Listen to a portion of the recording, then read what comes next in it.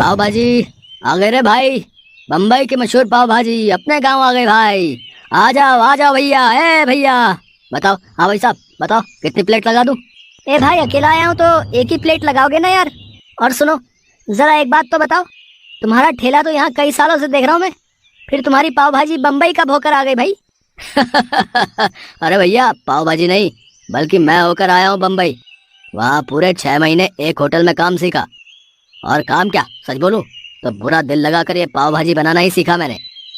आपने मेरे बाबा को देखा होगा यहाँ पर ठेला लगाते, मैंने तो बस अभी अभी काम संभाला है। हाँ हाँ जानता हूँ तुम्हारे बाबा को, भोला यही नाम है ना उनका। कई बार खा के गया हूँ उनके हाथ की बनी पाव भाजी, और मुझे तो उन्हीं के हाथों वाला स्वाद चाहिए भाई। ये बम्बई मुंबई का मुझे कुछ नहीं पता। आप बिल्कुल भी चिंता ना करो भैया, ऐसी पाव भाजी खिलाऊंगा आपको कि हर रोज आओगे मेरे ठेले पर। ये लो खा के देखो, और जो मेरी बात गलत हो तो कहना। इतना कहकर शंकर ने उस ग्राहक की तरफ गर्मा गर्म पाव भाजी की प्लेट बढ़ा दी और फिर, हाँ भैया अब बोलो, मजा आया कि नहीं? अच्छी थी, पर ईमानदारी से बताऊं तो तुम्हें बम्बई जाने के बजाय अपने बाबा से ही पाव भाजी बनाना सीखना चाहिए था। वैसे अभी भी कुछ बिगड़ा नहीं है, वापस से वही स्वाद ले आओ तो बम्बई से लोग यहाँ आएंगे तुम्हारी पाव भाजी खाने। अरे अरे बड़ा मजाकिया हो भैया तुम तो है। उस ग्राहक की बात पर शंकर ने ज्यादा ध्यान नहीं दिया, क्योंकि सच तो ये था कि शंकर कभी अपने गांव से बाहर गया ही नहीं, और पाव भाजी बनाना उसने थोड़ा बहुत अपने बाबा भोला से ही सीखा था। और अब भोला के बीमार पड़ने की वजह से उसे ही सारा काम संभालना था, जिसके लिए उसे मेहनत से ज्यादा तरकीबें लड़ाने में भरोसा था। क्या रे शंकर, आज भी सारी भाजी बचा लाया? क्या चक्कर है, तू ठेला लगाता भी है या नहीं? बाबा कसम से पूरा दिन खड़ा रहा धूप में, पर मुश्किल से 2-4 लोग ही खाकर गए। ऊपर से चिल्ला चिल्ला कर मेरा गला और फटे बाज जैसा हो गया। तो जरूरत क्या थी इतना हल्ला मचाने की? हैं? मैंने तुझे कितनी बार समझाया, पाव भाजी के स्वाद पर काम कर, मसालों को धीमी आंच पर भून, और सब्जियों को भी खूब अच्छे से पका है, और पाव भी रोज के रोज एकदम ताजे बनाया कर, तब जाकर लोग पसंद करेंगे तेरी पाव भाजी। ओफ ओ बाबा, जीवन भर ऐसे ही मेहनत करते रहे आप हैं, और क्या हासिल कर लिया आपने? हम हमेशा गरीब रहे और अब पहले से भी ज्यादा गरीब हैं। तो आप मुझे मेरे हिसाब से काम करने दो। मुझे पता है कि पाव भाजी कैसे बनानी है और फिर कैसे बेचनी है। हाँ, कुछ नहीं जानता है तू, हैं? मैं देख नहीं रहा हूँ क्या? ये भाजी तूने परसों बनाई थी और आज भी पूरा का पूरा बर्तन भरा हुआ है। देख बेटा, ऐसे काम नहीं चलेगा। तू एक बार ठंडे दिमाग से मेरी बात सुन तो सही। मुझे कुछ नहीं सुनना है बाबा, मैंने सोच लिया है, मैं जा रहा हूँ शहर। अब वहीं जाके अपनी पाव भाजी बेचूंगा।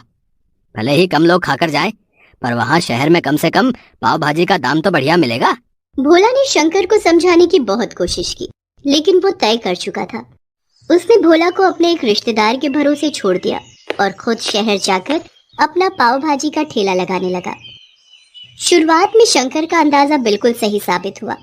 पाव भाजी का दाम बढ़ाने के बावजूद शहर में शंकर की अच्छी कमाई होने लगी, और इससे शंकर बहुत खुश था। फिर एक दिन, सुनिए, क्या रेट है आपकी पाव भाजी का?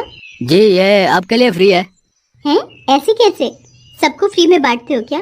नहीं नहीं, सबके लिए फ्री नहीं है, बस आपके लिए ही फ्री है। अच्छा, और मुझ पर इतनी मेहरबानी किस लिए? मेहरबानी जैसी तो कोई बात नहीं है मैडम जी। वो क्या है कि मैं हर रोज आपको यहाँ आते हुए देखता हूँ, और ये भी देखता हूँ कि आप कैसे उन सड़क किनारे बैठे गरीब बच्चों को मुफ्त में खाना खिलाती हैं। तो बस मैंने सोचा क्यों ना मैं भी आपके इस अच्छे काम का भागीदार बन जाऊँ। पर आज मैं उन बच्चों के लिए नहीं, बल्कि खुद के लिए पाव भाजी लेना चाहती हूँ। बहुत भूख लगी है, तो अब तो बताओ क्या रेट है पाव भाजी का? कोई बात नहीं मैडम जी, आपको पाव भाजी खिलाकर मुझे सच में बहुत खुशी होगी। आप पैसों की चिंता मत कीजिए, बस खाइए और बताइए कि पाव भाजी बनी कैसी है। उस लड़की का नाम राम्या था, जो देखने में जितनी सुंदर थी उतनी ही दयालु और व्यवहार कुशल भी थी।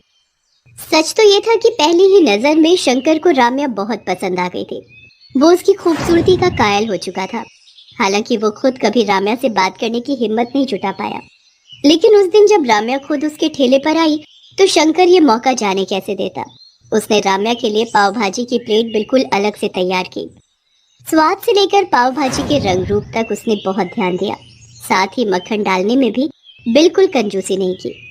नतीजा, राम्या को उसकी पाव भाजी बहुत पसंद आई। मजा आ गया, पाव भाजी बहुत ही बढ़िया है सच में। बट देखो, तुम्हें इसके पैसे तो लेने ही होंगे। प्लीज ये पैसे रख लो।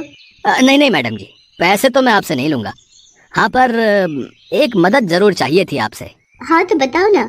मैडम जी, मैं अपने गांव से अभी अभी शहर आया हूँ काम जमाने। तो आप अगर अपने जानने वालों को मेरी पाव भाजी के बारे में बताएं तो बड़ी मदद हो जाएगी। हाँ हाँ, क्यों नहीं, मैं तुम्हारी मदद कर सकती हूँ। मैं आईटी कंपनी में जॉब करती हूँ और इसके अलावा एक संस्था के लिए भी काम करती हूँ, जो हर रोज कई सारे गरीब और अनाथ बच्चों के लिए खाने का इंतजाम करती है। मैं वहाँ तुम्हारी बात करवा सकती हूँ। तुम्हारी भी अच्छी कमाई हो जाएगी और इस बहाने बच्चे भी तुम्हारी पाव भाजी खाकर खूब खुश हो जाएंगे। शंकर को और क्या चाहिए था। अच्छी कमाई के साथ साथ उसे राम्या का साथ भी मिल रहा था। राम्या बहुत ही मिलनसार और दरियादिल थी। वो बिना किसी स्वार्थ के शंकर की मदद कर रही थी, इस बात से अनजान कि शंकर के मन में उसके लिए क्या चल रहा था। क्या बात है, मैंने शहर आकर सच में बहुत ही अच्छा किया। राम्या मैडम की मदद से कितने सारे ऑर्डर मिल गए पाव भाजी के। अब तो सारा दिन धूप में ठेला लेकर खड़े रहने की भी जरूरत नहीं। ऐसे ही चलता रहा तो बहुत जल्द मेरे दिन बदल जाएंगे और फिर मैं मैडम जी से अपने दिल की बात कहूंगा। अब वैसे उनकी बातों से तो ऐसा ही लगता है कि वो भी मुझे पसंद करती हैं। हो सकता है मेरे बोलने से पहले वो ही अपने दिल की बात कह दे हैं? शंकर इसी गलतफहमी के साथ राम्या से मिलता रहा और खूब पैसे भी कमाता रहा। वो जल्द से जल्द अमीर होना चाहता था ताकि राम्या से शादी की बात कर सके, लेकिन ये इतना आसान भी नहीं था। राम्या खुद अच्छा कमाती थी, इसके अलावा उसका परिवार भी काफी अमीर था। बातों ही बातों में शंकर ये सब जान चुका था, इसीलिए अब वो ज्यादा पैसे कमाने के लिए कुछ भी कर। राम्या सुनो, वो पाव भाजी वाला वेंडर क्या नाम था उसका? हाँ शंकर, उसे आगे से ऑर्डर मत देना। लेकिन क्यों सर, कोई प्रॉब्लम है क्या? अगर बजट का इशू है तो मैं कुछ। नहीं, प्रॉब्लम उसकी पाव भाजी में है, जिसे खाकर बच्चों को फूड पॉइजनिंग हो रही है। कई बच्चों की तो क्रिटिकल सिचुएशन है।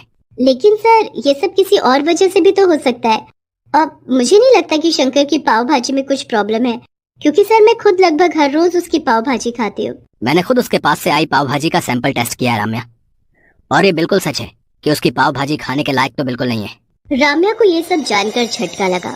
उसके लिए इस बात पर भरोसा कर पाना मुश्किल था, क्योंकि शंकर राम्या के लिए हमेशा अलग से पाव भाजी बनाता था, जिसमें वो हमेशा ताजी सब्जियां, ताजे पाव और सब कुछ बड़ी सफाई से डालता था। लेकिन उसके अलावा शंकर ने बाकी की पाव भाजी की क्वालिटी हद से ज्यादा गिरा दी थी।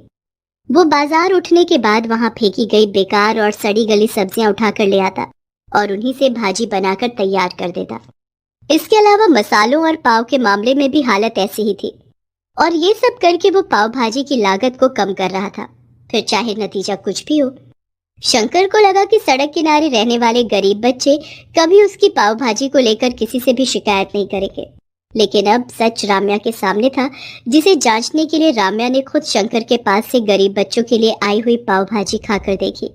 और फिर साहब, वो अपनी राम्या मैडम कहाँ है? कई दिन हो गए वो दिखी नहीं, और पाव भाजी का ऑर्डर भी नहीं आया आपकी तरफ से। पाव भाजी का ऑर्डर? बेटा तेरे पास तो पुलिस आएगी, कंप्लेन कर दी है मैंने तेरे खिलाफ। तेरी वो बकवास पाव भाजी खाकर पहले बच्चे बीमार पड़े और फिर राम्या बेचारी पिछले 4 दिनों से हॉस्पिटल में है। क्या? नहीं, ऐसा नहीं होना चाहिए सर।